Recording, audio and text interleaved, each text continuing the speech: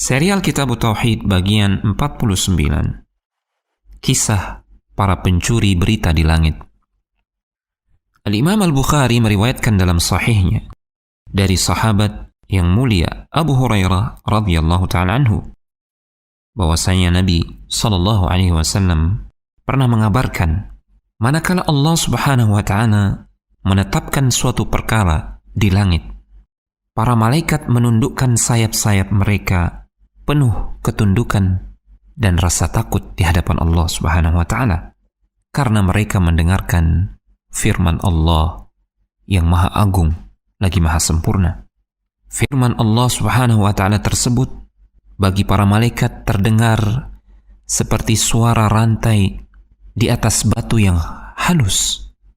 Disebutkan bahwasanya para malaikat saking takutnya kepada Allah Subhanahu wa ta'ala, mereka semua pingsan, tidak sadarkan diri mendengarkan firman Allah Tabaraka wa ta'ala.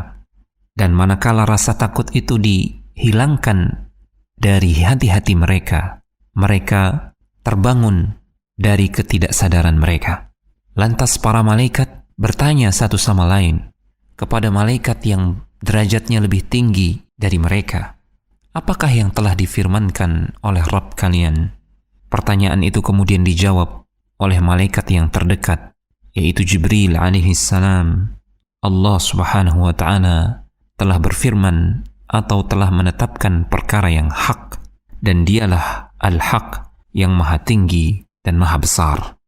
Perbincangan para malaikat tersebut didengarkan oleh para pencuri berita dari kalangan syaitan. Mereka mencuri berita di langit. Digambarkan oleh Sufyan Ibnu Uyainah rahimahullahu ta'ala, salah seorang perawi dari hadis ini. Para syaitan yang mencuri berita di langit tersebut saling sokong satu sama lain.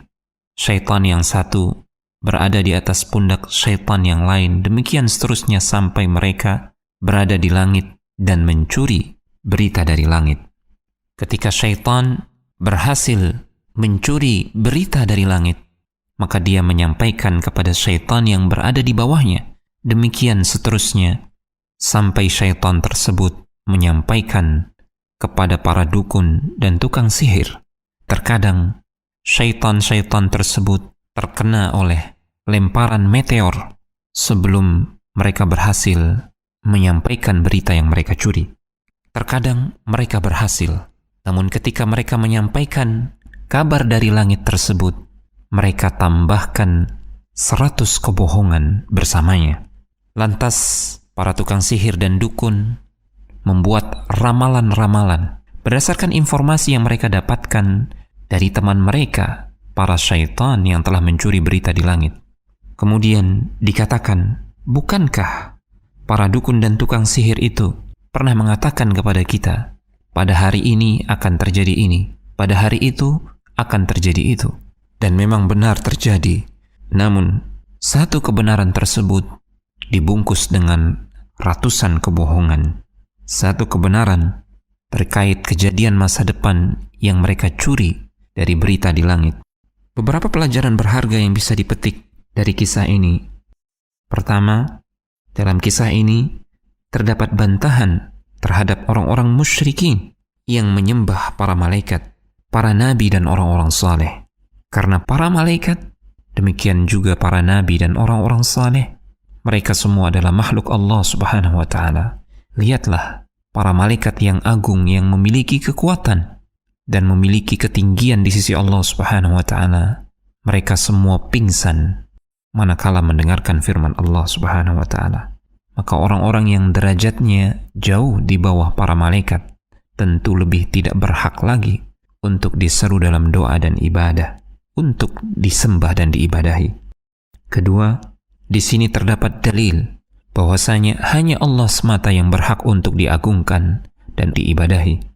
Begitu agungnya Allah Subhanahu wa ta'ala, sampai-sampai para malaikat yang agung dan kuat tidak sanggup bertahan manakala mendengarkan keagungan perintah Allah Subhanahu wa ta'ala. Mereka semua pingsan karena takutnya kepada Allah Subhanahu wa ta'ala. Maka zat yang memiliki keagungan yang sempurna, dialah satu-satunya zat yang berhak untuk diibadahi. Ketiga, Dalam kisah ini terdapat penegasan bahwasanya Allah Subhanahu wa taala memiliki sifat maha tinggi. Allah Subhanahu wa taala berada di atas langit, di atas segenap makhluknya. Dia tidak bersatu dengan makhluknya, dan tidak ada satupun makhluk yang menyamai ketinggian Allah Subhanahu wa taala, apalagi lebih tinggi daripada Allah Subhanahu wa taala. Keempat, dalam kisah ini terdapat dalil tentang batilnya amalan para tukang sihir dan dukun. Sekalipun mereka benar, kebenaran yang ada pada mereka dibungkus dengan ratusan kebohongan untuk menyesatkan manusia. Dan yang kelima, kisah ini memberikan pelajaran kepada kita bahwasanya yang menjadi ukuran adalah apa yang dominan. Boleh jadi apa yang diramalkan atau diucapkan oleh tukang sihir dan dukun benar terjadi, namun kebohongan mereka itu jauh lebih dominan. Sehingga jika ada satu ramalan mereka yang benar terjadi, itu sama sekali tidak menunjukkan kebenaran tukang sihir dan dukun tersebut.